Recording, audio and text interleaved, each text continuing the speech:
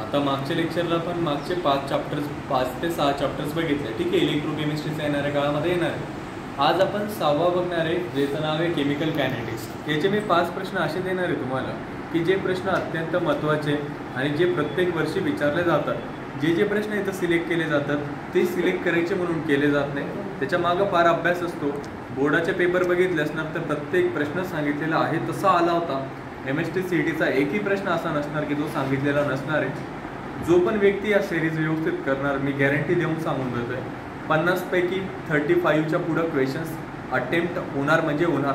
आणि 50 पैकी 35च्या पुढं गेले तर तुमचा टप्पा 90च्या पुढं जाणार, 95च्या पुढे जाणार आणि केमिस्ट्रीमध्ये 98 ते 99% एवढे मार्क्स मिळण्यासाठी मदत होणार, ठीक आहे.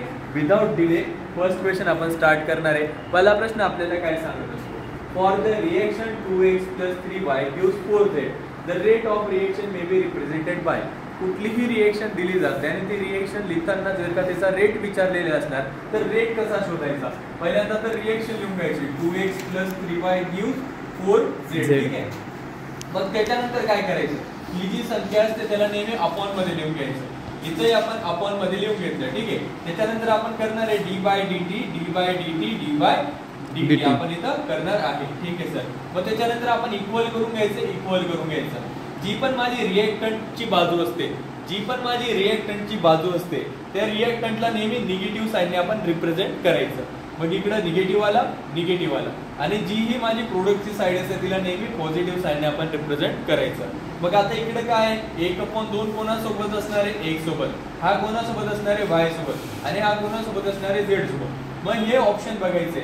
हा प्रश्न अत्यंत महत्त्वाचा आहे, हा यावर्षी येणार म्हणजे येणार, ठीक आहे. मग असं ऑप्शन जे दिसतंय ते आपल्याला ऑप्शन नंबर बी बघायला मिळते. त्याच्यामुळे it is the correct answer. 2021 MST CET संपवला प्रश्न. नाउ सेकंड क्वेश्चन काय सांगतं आपल्याला की मला 2 NO दिले, त्याची रिएक्शन ऑक्सिजन सोबत गेली, 2 NO2 मिळाले. मग तो विचारतोय की वजा DO2/dt किती असणार. मग आता लक्ष दे इथं आणि आपल्याला रेट ऑफ रिएक्शन लिहावी लागणार. कसं लिहिणार, पहिल्यांदा रिएक्शन लिहून घे, 2NO + O2 gives 2NO2. मग आता याच्यासाठी ते लिहून घे, 1/2 d dt NO, 1/1 DO2/dt, 1/2 d NO2/dt. मग आपण असं लिहून घेतलं. मग त्याच्यानंतर इकडे निगेटिव्ह, हा पण निगेटिव्ह आणि हा काय असणार आहे, positive. Why negative because it is belonging to reactant. Why it is positive because it is belonging to product side. मग आता काय, आता हा आपल्याला विचारला आहे सर, मग काय दिलंय ते बघायचं. हा आपल्याला दिलेला आहे, ही गोष्ट आपल्याला दिलेली आहे. मग ही गोष्ट या NOच्या रेटच्या निम्मे, याच्या निम्मे आहे ना ती. मग ही दिलेली किंमत किती माझ्याकडे, 0.052. मग डिवाइड बाय काय करणार आपण, 2. मग उत्तर किती येणार आहे, 2 × 2 = 4, 2 × 12, 0.026 एवढा जो असणार आहे तो रेट ऑफ डिसअपिअरन्स ऑफ ऑक्सिजन असणार आहे. किंवा वजा DO2/dt चा रेट किती असणार आहे, 0.026. हे जे 2 प्रश्न घेतले ते वेगवेगळ्या प्रकारचे होते, but belonging to the same concept which is nothing but the instantaneous rate in which we describe the concentration terms in d/dt or rate in terms of d/dt in which the reactant is always negative and product is always considered to be positive, ठीक आहे. आता तिसरा प्रश्न आपण घेणार आहे. तीसरा प्रश्न, for the reaction 2NO2 + F2 gives 2NO2F, following mechanism has been proved. NO2 + F2 slow step gives NO2F + F. NO2 + F fast step gives NO2F. The rate expression of the overall reaction can be written as, ठीक आहे. मग आता याच्यासाठी आपल्याला रेटचे expression लिहायला लावलेले आहे त्याने. मग आपण कसं लिहिणार रेटचे एक्सप्रेशन. नेहमी एक गोष्ट लक्षात ठेवायची, जेव्हा एक किंवा एकापेक्षा जास्त रिएक्शन्स बघायला मिळतात तेव्हा नेहमी रेट जो असतो तो स्लो स्टेपचा बघायचा.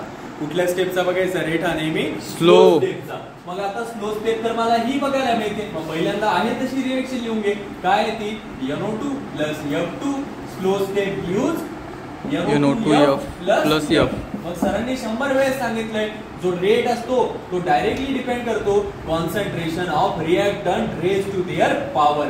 मग इकडे कशावर डिपेंड झाला, हा NO2 वर झाला आणि कशावर झाला, F2 वर झाला. मग आता काय झालं, NO2 1 होता, F2 1 होता. मग हे जे असणार आहे, it is the correct rate equation और rate expression for the reaction, ठीक आहे. आता हा झाला रेट लॉ. हा कुठला लॉ झाला, रेट लॉ. जर का त्यांनी बाय चान्स आपल्याला इन्स्टंटेनियस रेट दिला असता तर इन्स्टंटेनियस रेट मी कसा सांगणार, मग काय असणार 1/1 dNO2 बाय dt, ही साइन निगेटिव्ह द्यायची, इज इक्वल टू करायचं d/dt ऑफ F2 निगेटिव्ह करायचं is equal to NO2F d/dt इकडे पॉझिटिव्ह करायचं आणि अजून काय येणार आहे इज इक्वल टू dF/dt, ही पण गोष्ट पॉझिटिव्ह करायचं.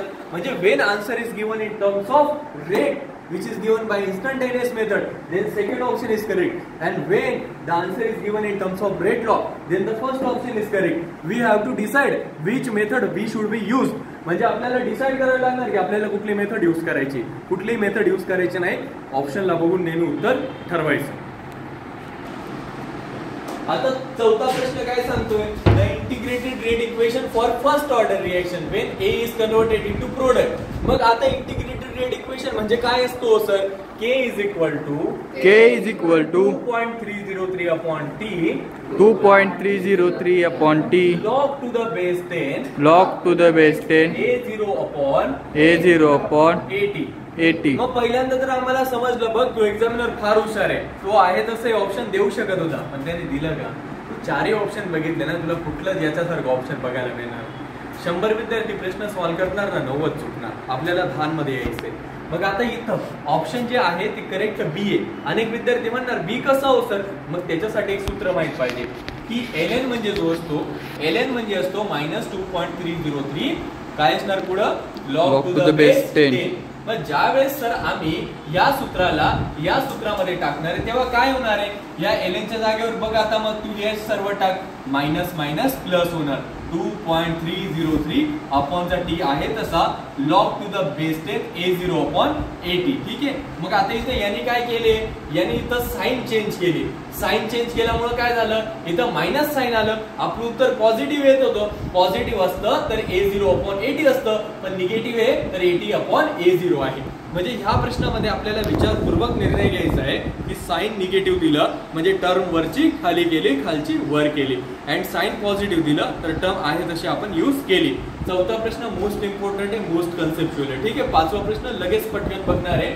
पाचव्या प्रश्नामध्ये महत्वाचं आहे की 50% एक रिएक्शन आहे, त्या एका सबस्टन्सला 50% एक सबस्टन्स दिलाय, त्याला डिसोसिएट करण्यासाठी 15 मिनिटं वेळ लागतोय. मग तो विचारतोय की 99% डिसोसिएट होण्यासाठी वेळ किती लागणार. मग आता याच्यामध्ये आपल्याला साधं सूत्र वापरायचं आहे.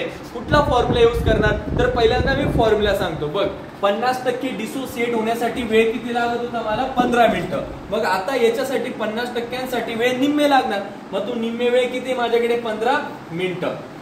मग तो विचारतोय की 99% तुटताना टाइम किती लागणार. मग ह्या वेळेस काय काम करायचं, फॉर्म्युला असणार आहे T is equal to 2.303 upon K 2.303 upon K log to the base 10 A upon A वजा X log to the base 10 A upon A वजा X. मग आता ह्या क्रियेमध्ये बघ, आता मला सर्व तर माहिती आहे, A हा नेहमी 100च कन्सिडर करायचा, X हा नेहमी किती पर्सेंटेज दिले तेवढं कन्सिडर करायचं. मग इकडं हा 100 X किती दिला 99, म्हणजे इकडं A काय येणार 100 वजा 1 येणार ना, 100 वजा 99 येणार, मग याचं उत्तर तर 1 येणार. आणि याचं आहे तसं 100 राहणार, मग मी याचं आहे तसं 100 लिहिलं. मग आता प्रश्न पडला K दिलाय का मला, नाही दिलाय. मग K नाही दिलाय तर मग आपण त्याला कसं जायचं, मग इकडे लक्ष द्यायचं. ही गोष्ट आपल्याला काहीतरी कारण असणार म्हणून दिलेली. मग काय कारण आहे सर त्याच्या मागचं, तर हाफ लाईफ टाइमचा फॉर्म्युला जो की असणार आहे 0.693 अपॉन K. मग आता K कसा काढणार, K is equal to 0.693 upon T1/2 तिकडे होता, हा डिवाइड ला गेला. मग याची किंमत तर मला 15 दिली, मग 0.693 अपॉन 15. ठीक आहे. मग याच्यावरून K आपण काढला. मी इमॅजिन करतोय की K ची किंमत काहीतरी X आली. मग आता ही जी X आली आहे त्या X ला आपण इथं सबस्टिट्यूट करणार. इकडे मी X लिहिला, log टू द बेस 10 100 ला काय लिहिणार आपण 10⁻² लिहिणार. मग 2 हा पुढे येणार, 2 log टू द बेस 10 1 होणार. मग इकडे किती किंमत आली, इकडे माझ्याकडे 2 आहे तशी आली. आणि याच्याने या संपूर्ण इक्वेशनला गुणाकार भागाकार साध्या सोप्या गोष्टी करून आपण टाइमची व्हॅल्यू मिळवणार. अशा पद्धतीने आपण या प्रश्नाला सॉल्व्ह करणार.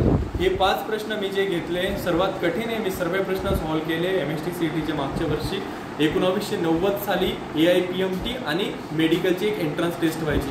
तेव्हापासून तर आता रिसेंटली 24 पर्यंतचे सॉल्व्ह केले. प्रत्येकामध्ये हाच याच्याशीच रिलेटेड प्रश्न विचारला जातो आणि या प्रश्नांना तुम्हाला व्यवस्थित पद्धतीने अभ्यास करून जायचा आहे. काही शंका आल्यास मला कधीही विचारू शकता. जरी तुम्ही माझ्याकडे क्लास लावला नाही किंवा लावला, मला काही फरक पडत नाही. मला फक्त प्रश्न विचारण्यासाठी मी कुठल्याही मुलासाठी कधीही तयार असणार. आपण इथे थांबूया. काही वाटल्यास मला खाली विचारा.